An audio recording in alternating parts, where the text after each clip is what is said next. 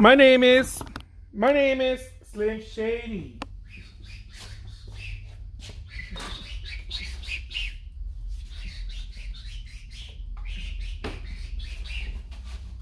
What's happening, people? This is Jose Trujillo, the world's greatest living artist, the one and only, the mucho macho, the super rad. It's rad, man. It's rad. Remember when people used to say rad? Back in the 90s, everybody was like, it's rad. I'm like, what's rad? It's rad, man. It's rad. What was it? Was it radical? I think that's what rad means, huh? It's rad, man. It's so rad. I'm like, what's rad, dude? It's rad. I'm like, okay. Okay, well, go with rad then. So, anyways, I'm right here, baby. World's greatest living artist. Super rad. Man, I don't know why every time I start a live, I have to start like laughing about something. I'm such a hater, huh? Such a hater. Haters gonna hate. Ain't is gonna ain't. What's happening, people? Hey. Man, this is not to shame anybody who uses rad, dude. If you use rad, if somebody's like, yeah, and then you go, that's rad. If you use rad, I don't want to shame you, man. Keep using rad, okay?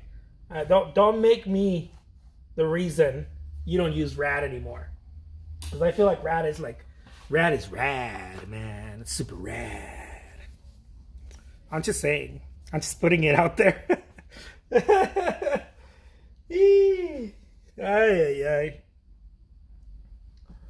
Look at that. Ooh, la la, Jose. Ooh, oh my goodness, Jose, you're so good. Dude, I'm good, man. Look at this. It's rad. I like how people always tell me, oh, I love how you do everything like in a few brushstrokes. I'm like, shut up, man. It's not a few brushstrokes. I'm like, shut up. Just don't talk to me anymore. You're going to say I do everything in a few brushstrokes. Just joking. I do everything in a few brushstrokes. Because I'm cool like that. What's happening, people? People of the Grams? Dude, I see my homies right here. I see Chris. I see all kinds of homies right here. What's happening, Cloud Dreaming? Cloud Dreaming. Yeah, no, guys, I think we had a good live this morning. No, I want to say we had a good one. I try to give as much value as possible. I don't know what much value as possible is, but I try to give as much as possible. Some people say, Jose, you give too much, man. All you're doing now is just making mini Joses all over town. I'm like, I think I am, dude, but that's what I need to do, man. I need to empower people, man. I need to pass the power. I need to give the power. I think it's the only way to be, man. Give the power, man. Pass the power. Don't keep the power. Pass it.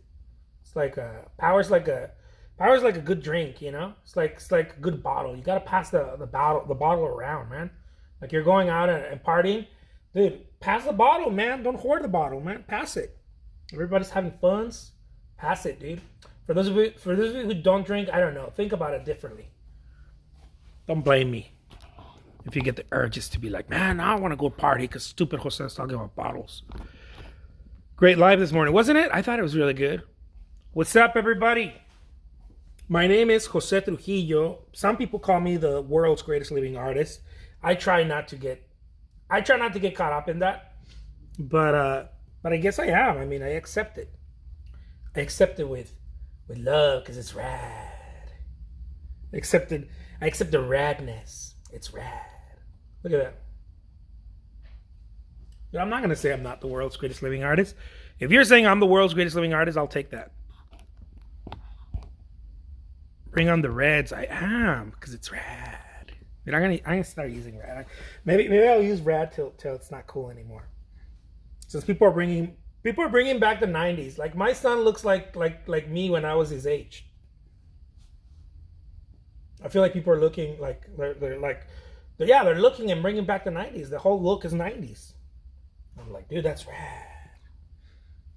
You know, you know what I caught him doing with the guitar the other day? He was practicing Smells Like Teen Spirit. You know? Very Nirvana, man. Very rad. I'm like, what are you practicing? Oh, he's like, oh, it's just this jam. He called it a jam. It's just this jam. I was like, yeah, dude. Play that song, man. I like when he gets into that, because it makes me proud. You know, I used to be a musician, dude. It makes me proud. I'm like, yeah, dude. Go have some fun with that. Join some rock bands, man. Have some fun. Go live the life I didn't have a chance to live, son. That's it. That's what some parents do. That, huh? Go live the life I didn't have a chance. Do it. Living. All of a sudden, I'm living vicariously to my son. I'm like, yeah, I'm gonna be one of those stage bumps, but I'm gonna be a stage dad. I'll be like, yeah, man, we're gonna have a rock band.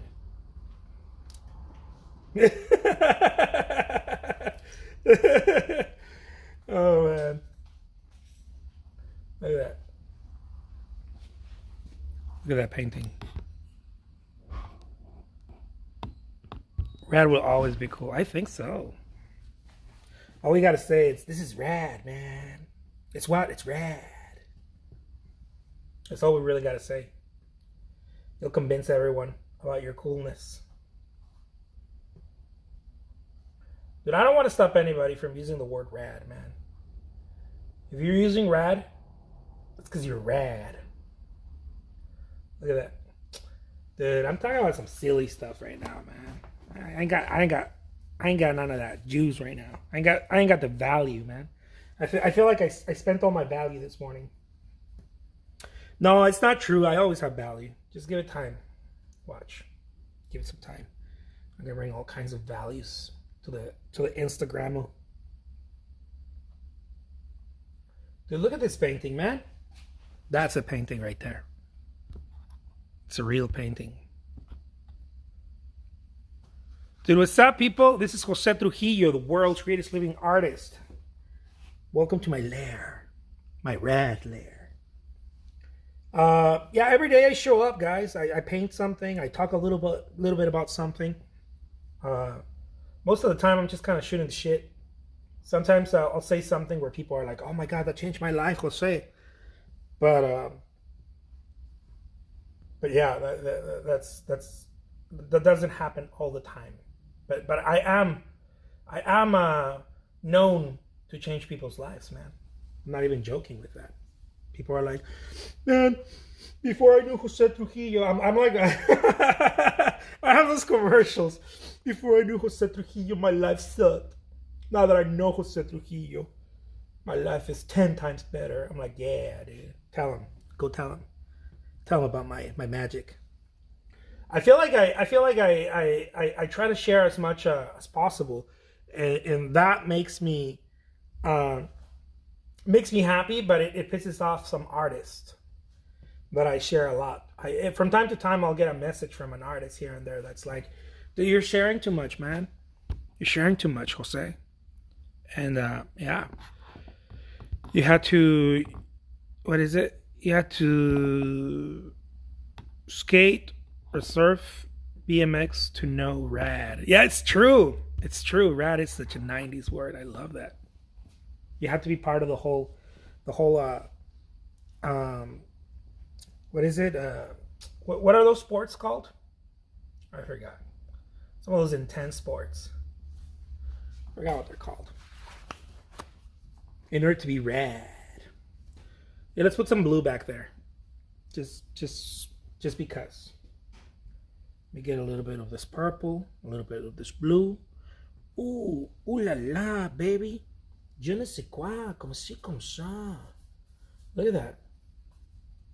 I think part of the challenge here as an artist is to think that you don't have to put work into it, and also the challenge, it's also that you think that it's only work. I think those two are challenges. I'm going to repeat myself.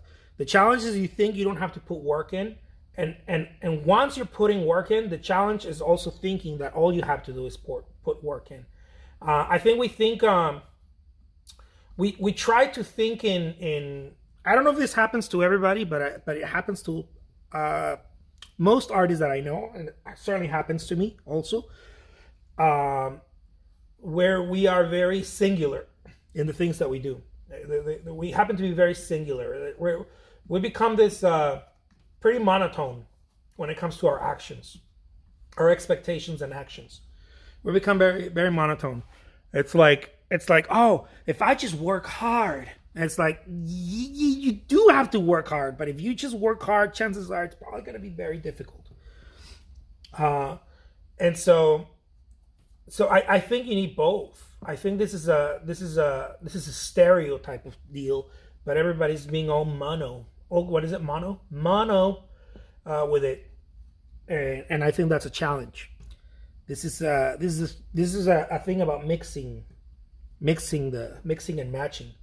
What do I mean by that? Well, again, there's artists that are like, Jose, if I just paint all day and I put auctions and then boom, and I'm like, dude, if you do that, it's gonna start working. But if you just do that, you're probably gonna start hating it too, because then you won't have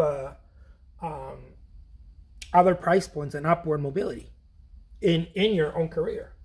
And so I think the balancing act is to do both. I try to remind artists as well as myself, because I forget about it too. Some days I just show up and I'm like, man, all I gotta do is just work really hard, man. If I just work really hard.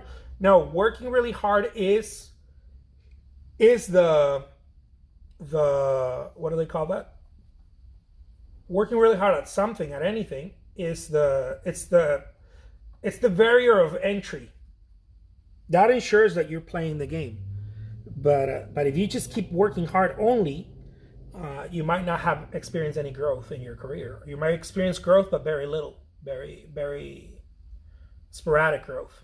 Nothing that will propel you anywhere. True master, teach and share. Oh, I love that, man. That makes me a Jedi.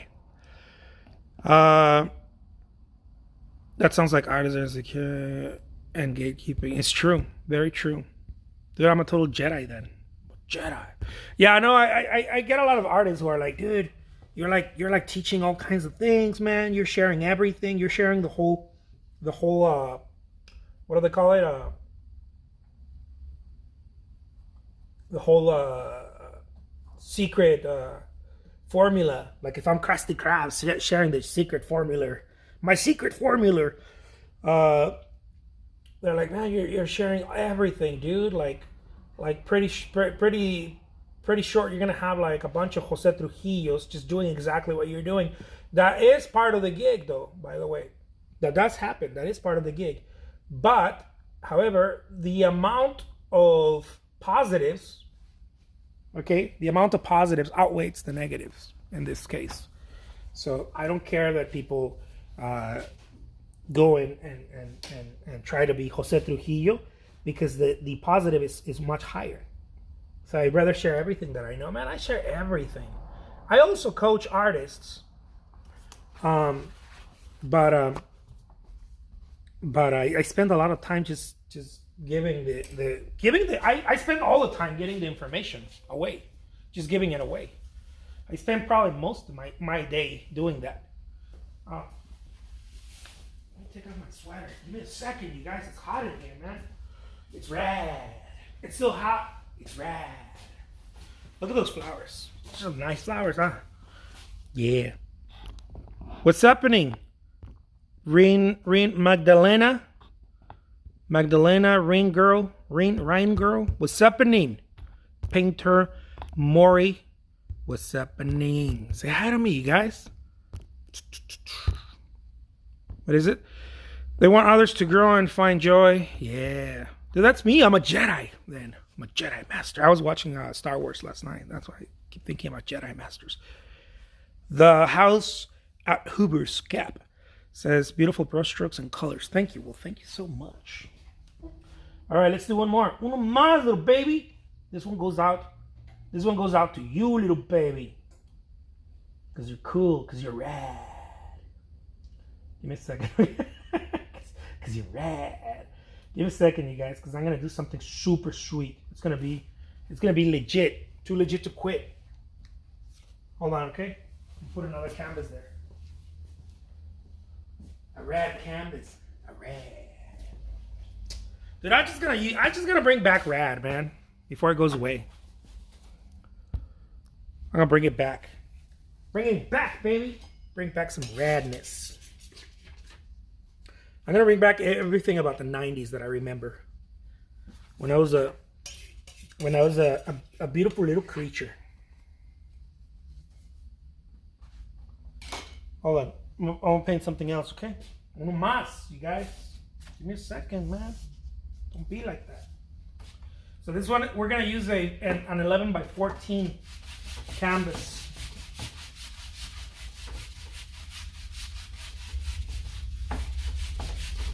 We're gonna make it rad. 11 by 14, okay? Give me a sec. Here we go. Love the colors. Thank you so much. Thank you for inspiring. Oh, thank you. I appreciate that. Let's see. Uno más, baby. Let's just make sure that you guys can see it, because I don't think you guys can see the radness. Okay, there we go. Yeah, so I think what's important is to share the love, man. Like we as artists, we learn a lot of stuff as in our journey. And I find that a lot of us don't like sharing. I find that. And I get it, you know. I mean, everybody's got a different. What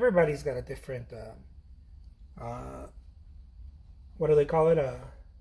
Experience and a different motivation, and we're all in different places. I understand we're all in different places, emotionally and motivation wise, and da da da da da. But I do like seeing when people share the love, because at the end of the day, we're all just travelers, you know. No one's gonna stay in any place too long, whether they're learning or they feel like they've arrived somewhere, or they feel like they're selling their artwork or anything. We're always moving. It's always like some sort of movement that's happening. Either you're learning, or you're always learning, but you're always moving from one place to another. You never stay stagnant. I don't think anybody really stays stagnant for too long. We're kind of nomads that way, in a way, right? I found that the truly gifted artists are kind of helpful. Oh, I love that. Man, I'm telling you guys, I'm a Jedi then. No, but in all seriousness, I think it's very important to help, guys. It's very important to help. The thing about help is that sometimes you'll help, and I think that artists have experienced this in one way or another, where you help someone, not just artists, but sometimes you'll help someone, and they might take a bite, you know, instead of taking what you're giving them, they might take a bite out of your hand, and that's happened. I had experiences with that. I know artists who have lots of experience with that. They're like, man, I stopped helping because then da da da da da. And I'm like, dude, but you have to look at the positives too. When you help, you get a lot more reward in many different ways, whether it's karmic reward, all kinds of things, man. It's so much better to help than not to help. And it's difficult convincing an artist that's been burnt with that. It's kind of difficult. So I try not to convince, but I try to share. Like, just help, man. Like, so many artists won't even help about where they're selling their artwork, how they're selling it, and things like that. And I understand, you know, people, we have this idea that if two of us are doing it, then that means, you know, there's not room for you know, we create competition. And certainly those things to a certain degree are true, because we are in a competitive world. But it's also not true, because, like I said before, no one stays in a place too long. Everybody's always trying to move, whether they're moving down or up, but everybody's always moving.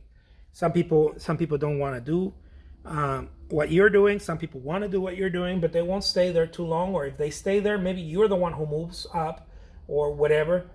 I don't know if this is making any sense.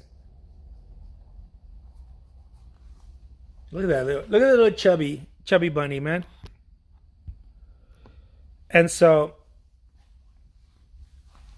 I don't know. I find it important to, as you're growing, as you're doing your thing, share some of the love, man. Share some of the love. Tell people where and how you do things. Some people don't even want to know because they're trying to do what you're doing. Some people just want to know because they are trying to figure out how you do things because it's important to them, either because they're artists or they're collectors or whatever. And we live in an industry, or we have an industry here, the art, where everything's very secretive. I don't know why, but everything's very, very secretive. And like I said before, I understand. The fears. A lot of artists, their fear is if I share, then that means that I don't have anything special anymore. I've given it away because I've shared it, and that's certainly not true. But it can feel that way. It can feel that way to some artists. But like I said, that is never the case, almost never the case. And if it is the case, it just means that you have to do some growth. That's all. It probably just means that you have to do some growth, and you're probably stagnant, and you're afraid that someone else is going to catch on or going to do what you're doing or something. You haven't grown in a while, and so I used to have a friend who would have art exhibits, but never wanted to share the info about how they got the art exhibit or whatever to other artist friends, right? This was prior to social media and that type of deal. And he never wanted to share any of that. He never wanted to share the information. He gatekeep the whole process. He would gatekeep also the gallery. The gallerists became friends with him, and later on, years later, I found out that the gallerist wanted him to share his friendships with her, but he didn't want to. And the funny thing is that he's still doing his thing, but he didn't stop the gallerist from finding out about his friends. You see what I mean? Like, just because he didn't want to, that didn't mean that it was going to stop him. And so, let's see. How's it going, Alicia? What's happening? Dude, this is a sweet bunny. Do you offer in-person classes? I don't. What I was doing is I was doing online classes, but I stopped that for a bit. I might get back to it at some point. Who knows? Successful artists. Chris says successful artists are so rare. Those that are guarded. Lock and key. It's very true. It's very true. Also, that reason, because they're so rare. We're in an industry that making an income or having any sort of success by whatever measures you want to call success is very rare. So people do guard it. It is true. People do guard it. People don't want to share it. And again, because that fear, right? That fear of they're going to take from me, or that fear of someone else is going to take my share. And like I said, it's certainly true to a certain extent, that not true that someone's going to take, but no, true that you are in a world where it's competitive. But what most people don't understand is that you're not competing with other artists. The reason why the world is competitive is not because you're competing with other artists. You're competing with the noise of the world. You're competing with the Kardashian shows. You're competing with the latest show on Netflix. That's who you're competing with. You're not competing with another artist. You think you're competing with other artists, but you're not. You're in a very competitive world in terms of noise. This noise is very competitive. The noise in the world is extremely competitive. Yeah, very true. Look at that. And so I think a lot of us think that we're competing with other artists, or that we're competing with. No, we're not. None of us are really competing with other artists. We're competing with the noise. There can be competition if you haven't made a if you haven't made it clear to your customers, to your collectors, what you're about, who you are, but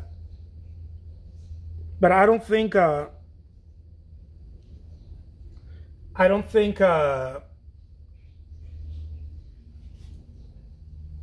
Nike is offended because a new shoe brand just came out, and I know those are very extreme examples, but I don't think Nike gets offended because, oh my God, there's a new shoe brand that just came out, and they're gonna take market share. No, because Nike's focused on people who like Nike. Nike's not focused on people who like Reebok, or people who like Fila, or people who like Adidas. Nike's not focused on any of that. Nike's not focused on people who like I don't know, all these other shoe brands, Prada or Gucci or I don't know, what do they call those? Ferragamo or Nike's not focused on any of that. Nike's focused on people who like Nike. Nike's focused on sport. Nike is 100% focused on, hey, we are the shoe for sport. If you are about sport, then we want to talk to you, right? If you are about running, if you're about basketball, if you are about weightlifting, and on and on and on, we want to talk to you, because that is who they're focused on. And so no, they're not scared about a new shoe brand. Just like you as an artist shouldn't be scared about new artists. I hear this a lot. Oh my God, it's so competitive. It's so competitive. Well, yeah, but they're not competing with you, man. It is competitive. It's competitive as hell. But we're all competing for noise. We're all competing to try to get through the noise. We're competing for attention. And even that's the wrong thing to compete at, because people shouldn't give you their attention just because you want it. Attention is something that you earn. You earn people's attention. People don't just give it to you. You have to earn it. So how do we earn the attention? Well, do something that people want to hear you, right? Say something, paint something people want to see. Be in a place where people, if you weren't showing up, as Seth Godin says, people would miss you. Do something where people would miss you if you didn't show up. If I didn't show up today, would people miss me? If I didn't show up tomorrow, if I didn't show up with my artwork, would people miss me? Do that. Do that. And ask yourself, am I doing people a service or a disservice? Am I bringing in value for people? Whatever that is. Value doesn't mean elegance. It doesn't mean the best either. It means you are giving of yourself in the very best possible way, whatever that is. And so, what is value? It's such a great question. I ask myself this all the time. What is value? It's subjective. It's subjective, it's very subjective. If you're stranded in a desert somewhere, a bottle of water would probably be very valuable. Maybe even water from the tap water would be extremely valuable. It would be more valuable than gold, right?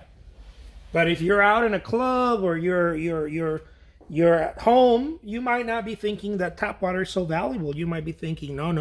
What I really want is coconut water. Now that's the water I want, coconut water, or some other water, whatever it is. And so value is subjective, and it depends on who who and what's going on, right? Who says value is, who says what value is, and what the situation is. Let's see. Vonnie needs buttons on his jacket. Ooh, I like that. You, my friend, would be greatly missed. Oh, thank you so much, Margaret. Let's see. Chris says if you infringe on their brand copy, they'll bury quick. Yeah, that's happened also too. Yeah. Let's see. Let's put some light on this thing, man. Look at this little bunny. I feel like this little bunny wants some love. This little bunny's like, come on, love me, man. Don't be like that, man. Give me some love.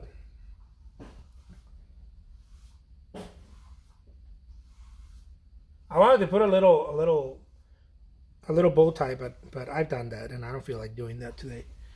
But I did think about it. I'm not gonna lie. I did think about putting a little bow tie on this little bunny. Hey, what's happening, Diana? Hola, Diana. So yeah, I mean, you know, value means different things to different people, and we have to do our best to have empathy and realize what do people want. The people that I'm serving, what do they want? I try to think about that more and more often than not, because I didn't always think that way. But more and more often I'm thinking, what do people want? People that follow and like and, I don't know, buy my paintings. What do they want? What is value to them? Is it what I'm painting? Is it what I'm saying? Is it all of the above? Is it just some of the things? What is it that they think it's value? What do they consider value? Because I want to give them that. Right? I want to give them what they feel is valuable. Because otherwise, what's the point? I'm not being very generous. You know, if I'm not being generous, there's no reason to be around me. You ever been around someone who's not generous? Well, they're just thinking about themselves. Everything they're doing is just about them. It's me, me, me, me, me. Nobody wants to be around people like that, man. It's difficult to be around people that all they're doing is just thinking about themselves. And so what can I give? And by the way, value doesn't mean free, and it doesn't mean elegance either.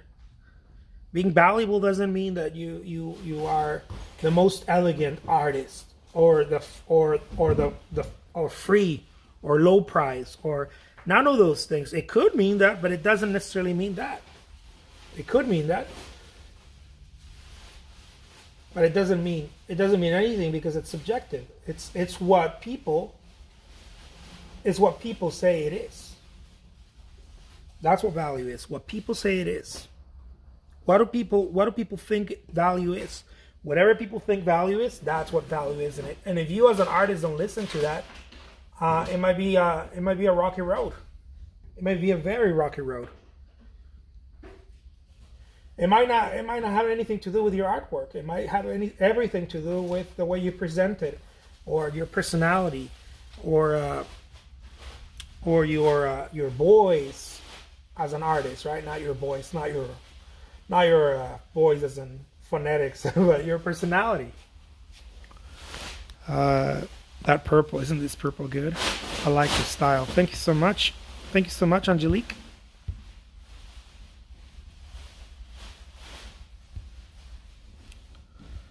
Your inspiration. Thank you so much. You do use best. I love that. What's happening? I'm trying to be one of a kind, but most importantly, what I'm really trying to do more often than not is to be consistent. I want to practice more consistency, because I've been reading a lot lately. I've been learning a lot from Seth Godin. I revised the books. Remember, I've talked to you guys about Seth Godin. I revised the books. I've been doing some revisions lately and rereading some of the books, and I realized that what this cat says is a lot of it is very true. many times people don't just want you to be original. What they want you is to be consistent, to keep the promise you made to people. And what is that promise that I made to people? That I'm going to show up and I'm going to paint, right? I'm going to show up and I'm going to paint, and I'm going to do this pretty much every day, right? That's a promise. That's something that people can expect from me. Jose shows up and paints. What's another promise? Jose is going to work on every single painting with as much attention as possible, right? In his own style and whatnot, but as much attention as possible. That's another promise. And so those types of things, right? I promised to people early on. It doesn't have to be a verbal promise. It doesn't have to be a word by word, some verbatim promise. But in a way, it is a promise that I started sharing the things that I've learned and documenting my process with people. And so with other artists. And so people, when they come here, they're expecting that. They're not expecting me to talk about necessarily how I paint, or they know that because that is not part of the promise, right? That people know that. Unless you're new, you don't know that. But if you've been watching me for a while, you know that part of my promise is I will show up and I will create artwork. And I more than likely not talk about artwork. More than likely, I'm going to talk about everything but artwork. More than likely. And I will talk about art career. I will talk about the psychological part of being an artist. But more than likely, I won't talk about art. And if you ask me, I'll respond, but it's not my go-to, right? It's not my go-to to talk about colors and that type of deal. Because that's just not what I do.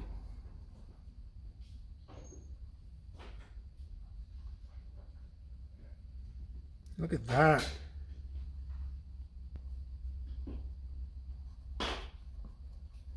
Look at that little bunny. Love our rant. Do you ask for their feedback? Is it sales stats? Do people show up? Is that people show up? No, I do pay attention to the feedback, but I don't necessarily ask for it most of the time. Good looking bunny, thank you. How do you hear the voice of those that value your work? So the way that I hear it is by the comments of the people who actually pay for it. So I pay attention to my wife, and I do a pretty good job about trying to pay as much attention as possible to the buyer, right? Because I think paying attention to the buyer is very important. I think paying attention to the person who decided not to buy your work is pretty important too. But most of the efforts, I paid attention to people who decided to buy it. Someone who goes and says, I want to buy that painting, or someone who says, I want to bid on that painting on eBay, and then they bid on it, and then they tell me what they thought, or they tell me, oh, really, I really wish you would have packaged the painting better. Well, we paid attention to that over the years. We paid a lot of attention to that, and we made packaging because a lot of people asked me that, and so we made our packaging as important, if not even more important in many situations, than the painting. Why? Because it became such an important thing for people, where people were telling me, dude, I wish you packaged the painting better, because not because it was sloppy, not because the packaging was sloppy, but because it would arrive damaged, right? The painting would arrive damaged in my early years selling artwork online. And so we did everything we could, and we continue to do the best we can in order to make sure that the painting doesn't just arrive, but that it arrives safely, securely, and that when you open it, it actually takes you a little bit of time to open it. It's not easy to open it. Why? Because as you're trying to open it, you're realizing, oh, this person really took effort in making sure that the painting was going to be safe in such a rocky road. on by giving it to the postal service or uh, or the parcel service or whatever, because they certainly, not to say anything bad, but because they move so much work, so many packages, many of them don't care about it. And even the ones that do care about it, for those of you who don't know, paintings fall from conveyor belts up to 40 feet high. A lot of people don't know this about shipping. And so, especially the smaller works, they fall from 40 feet high conveyor belts. And I've learned this through talking to various people in the shipping services, different shipping services. And so that was an eye-opener for us, and very, very important thing. Shipping is extremely important for us. Again, why? Because it's not about the value being lost. It's that when somebody gets a painting, even if they bought it for not, like, I don't know, they didn't pay thousands of dollars for the painting or whatever, the sentimental value is very important. So let me tell you why. Okay, just another little example here. Somebody goes to my eBay shop and they bid on a painting, and let's say they bid on the bunny, right? The natural thing to think is, oh, they bid on the bunny because they like bunnies. Well, that's the natural thing to think, right? Maybe they thought it was cute, they like bunnies. What most of us don't know, and I've learned this over thousands of transactions, tens of thousands of transactions selling artwork online. What you learn is that their parent passed away due to cancer, and they had a bunny, and the bunny didn't make it after that. Okay? And now the bunny is a symbol of something, and it doesn't matter whether they paid $50 or $500 in the auction. The bunny's worth much more than whatever price they paid, whether it was lower or higher. The bunny has a completely different, it's no longer a painting, it's a memory, a very vivid memory. Some people even think I think this was a sign from God, or this or that, or different. It's got a very different sentimental value than just another painting. It's not like I went to Amazon because my dad used to like those shoes and I went and I bought those shoes for him. That's very different, because you can replace the shoes, right? Because they're not one of a kind. You can replace them. Okay, send me another pair.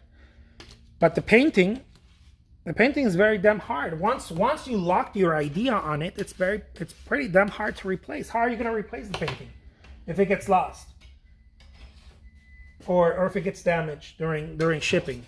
How are you going to replace that? You can't. There's no way. Even if I offer to make a painting, right, and say, you know what, I'm going to paint that again for you, it will not come out the same, because your memory of it is gone. And so things like that is what we've learned throughout the years. And so that's how we think about value. When we think about value, we think about how can we serve you better? Not just with the painting. I'm not in the business of selling paintings because I don't think it's a good business to be in, to sell paintings. I'm in the business of making sure that I serve people well. That's the business I every day. That's the business I try to get into. Can I serve you better? Because making paintings is not a business, really. It's not a good one, anyways. Because anyone can be in that business, right?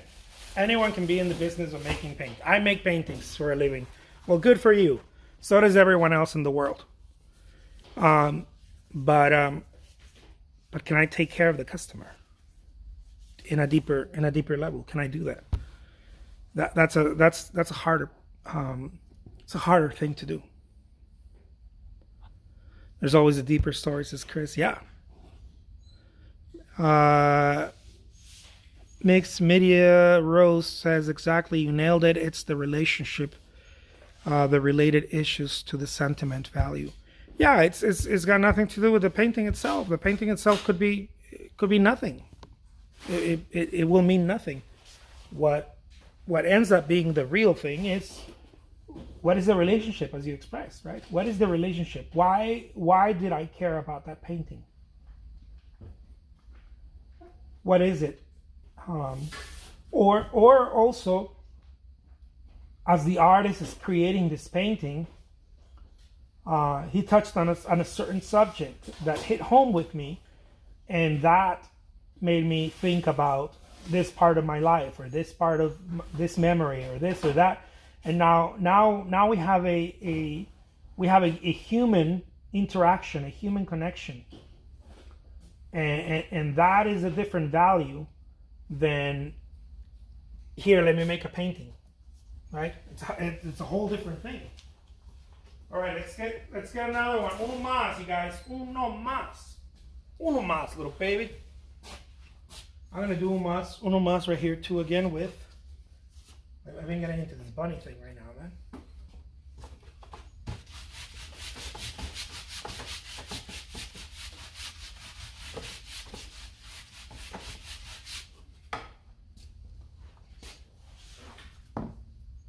And so I think about that, what is it that is truly the value?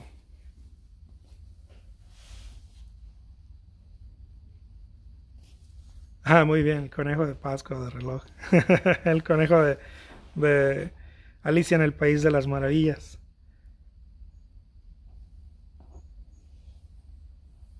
They say a life of service is a life well lived.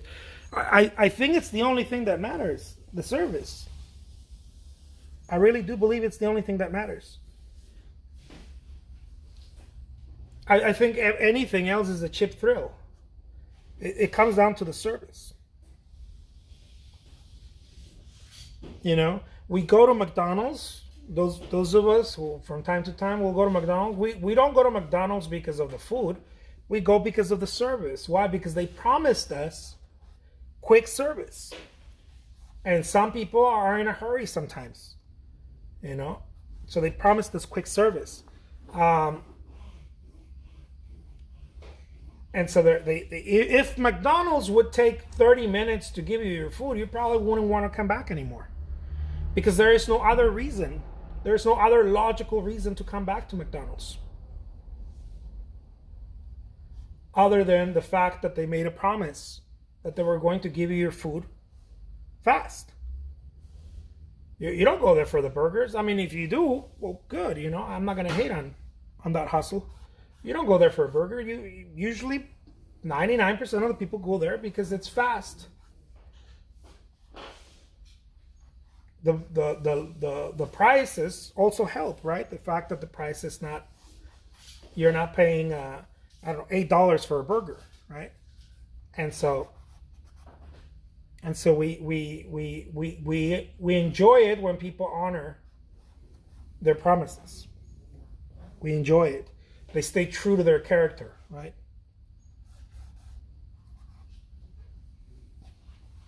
We're grateful that they honor their promises.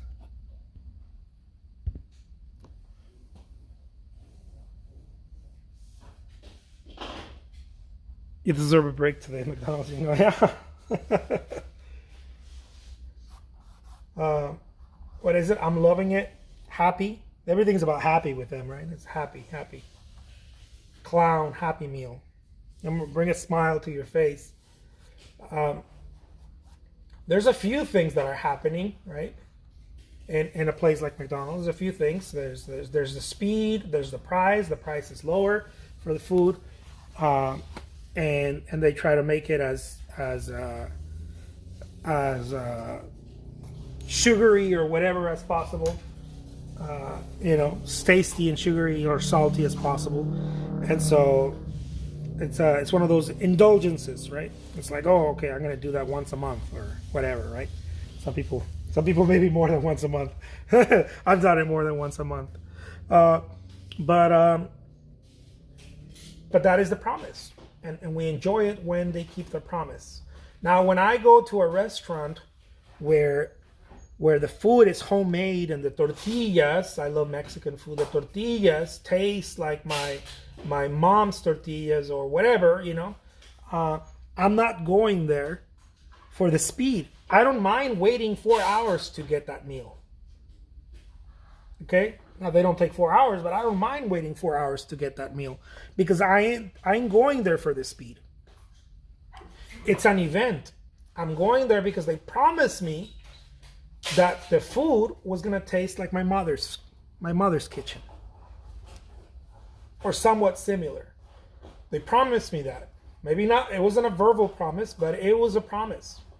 Because last time I went there, it tasted like that. So I know that when I come back to it, it's not going to taste like McDonald's. It's going to taste more or less similar to the first time I went. And if they break their promise, more than likely, I either find a different reason for going or I stop going altogether. It's either I find a different reason or I stop going. Chances are I'll probably stop going. It's harder to find another reason. And so what promise have you made to your customers? What promise have you made to your buyers? To your collectors? It doesn't have to be a spoken promise, but when they went and they said, oh my God, this is great, what is the promise? What was great about it? Or if they said this is awful, that could be a promise too. You could promise that you do something so awful that it's actually cool, right? And if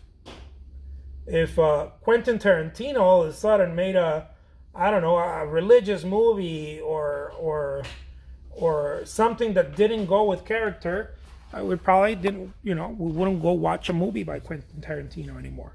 We'd say, you know what? No, he broke his promise. He's broken his promise. It's kind of hard to go. If all of a sudden we go to McDonald's and then someone with what do they call it? A tuxedo and white gloves are waiting for us, and open the door, we might feel out of place. We're like, what is this? Why is this happening? This is breaking the promise of what I expect from McDonald's. It might be better, it might be worse, but the promise is not there anymore. They broke the promise. Look at that. It might rub us the wrong way. Love the color of this bunny. Oh, thank you. French fries are still the best. They sure are.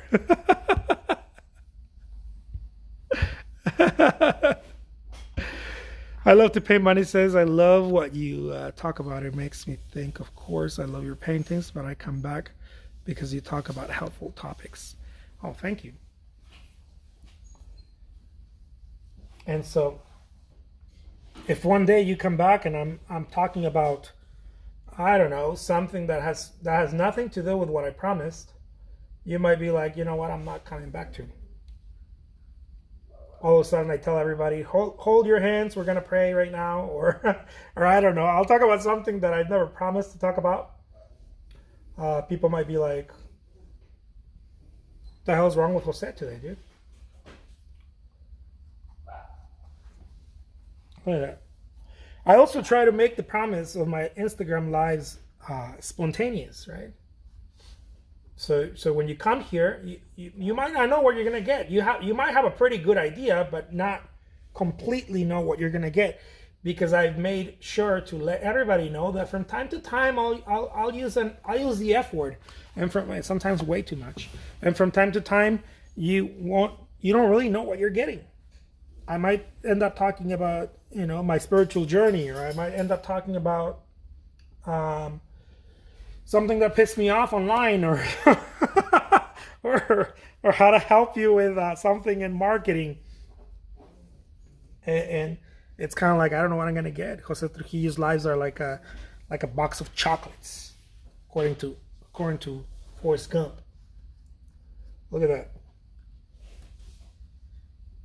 And so I think about those things as an artist. I'm like, what is value, and why should anybody come and listen to me? Why should anybody hang out with me? What am I offering them that they should come and listen to me? What am I promising people?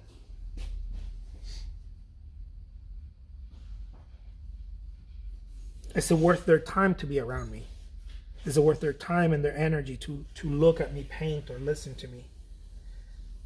And it's not for everybody. Most people are going to say, no, it's not. Look, there's over 70,000 people that follow me. Only about 15 or 18 people show up here on a live. So most of them probably because they don't get notified. But many of them because they just don't want to be here. Right? They're like, yeah, I mean, I like Jose, but not enough to go listen to his bullshit all day. And so it's okay, right? It's not for everybody. It's for a very small group of people that show up day in and day out because Jose is going to talk about some silly thing. Jose is going to paint something silly, and he's going to talk about something silly, and I want to be there when he does it because he promised me that he was going to be here every day. I know that. I'm waiting for Jose to do it. I may not always agree with him. I may not always vibe with his bullshit. But for the most part, I like to hang out with him. Look at that. Special now.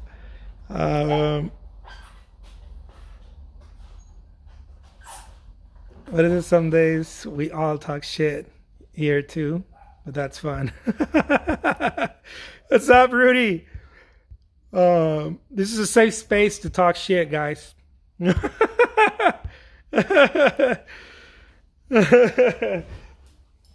We try to keep this space safe for that. Anybody feel like being pissed about something, you can hit it. Or if you feel like being happy about something and you want to talk about it, we can hit it. The only thing we and people notice that. People know that we don't have to enforce the rules. Every now and then, very rare, I have to call a bully out, because sometimes people just stop. But it's extremely rare that someone who really doesn't want to be here, they just kind of stumbled up on here. But it's extremely rare. People that are here usually they want to be here for whatever reason. Either they're trying to learn how I paint, or they're trying to have some fun. They themselves are painting, and they're like, dude, Jose's like radio to me, man. He's like a podcast and stuff. Rudy says, hey, Jose, just working and tuning in for my daily dose of world's greatest living artist. Love that. Well, thank you. Welcome in. And Sonic, not to mention the ASMR tape rips. We do have ASMR tape rips here. Marcel provides the ASMR tape. Marcel is reminding everyone that they should be painting, huh, Marcel? Because you're packaging the work. They say that the tape rips are ASMR. Yeah. On the background. Yeah, I like the click sound when it rips off. Yeah. I like that. Look at that. Dude, how can we say no to this? Look at that. And then the thing that I love the most is painting without so much thinking so much, Paint without thinking so much. It's more intuitive. Don't think so much about it. Just do it. Don't think so much. Look, just paint. Do it.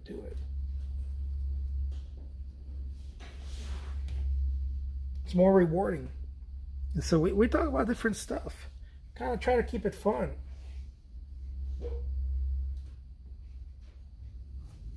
Look at that little bunny.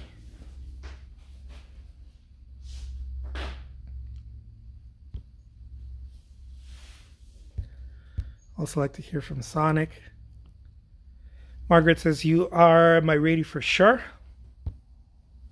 My dog hears your voice and goes and lays down. Oh, I love that. He knows he's for a long wait. Yeah. Alicia says, same as mine. I love that. So they're like, oh, okay, Jose's going to start talking. I'm just going to go chill. I love that. Well, that's what we try to do here. We try to show up and I'm hoping, like I mentioned, I'm hoping I'm keeping the promise day in and day out of being here and sharing my process and sharing the things that I love, and sometimes I'll share the things that I don't love. Sometimes you'll see me here a little upset. You know, and I know that sometimes that's not very professional. I understand that. Sometimes I'm a little upset and it's not very professional, and but it's also a side of me, right? It's I didn't promise that I was going to show up here, you know, talking very eloquently and being very professional, and no, I don't promise that here. I promise that I'm going to be here talking about all kinds of things and showing up, but I didn't promise that, right? And so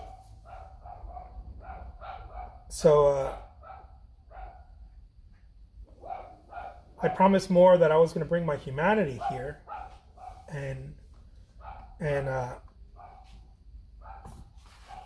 sometimes that's not it's not as pretty all the time, right?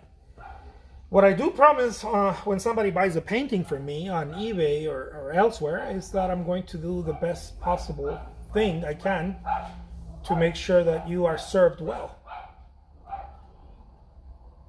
Regardless of how I feel that day, you're going to get the best possible painting I can paint.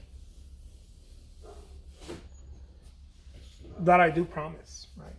That is a promise on eBay. That is a promise on Etsy. Here on Instagram, you're just gonna get good old Jose, and sometimes Jose is excited, and sometimes Jose is a little pissy. But you'll get me. You're gonna get Jose regardless of. Look at that. Let me know what you think about this bunny. Did I like this bunny? I feel like this bunny has some je ne sais quoi.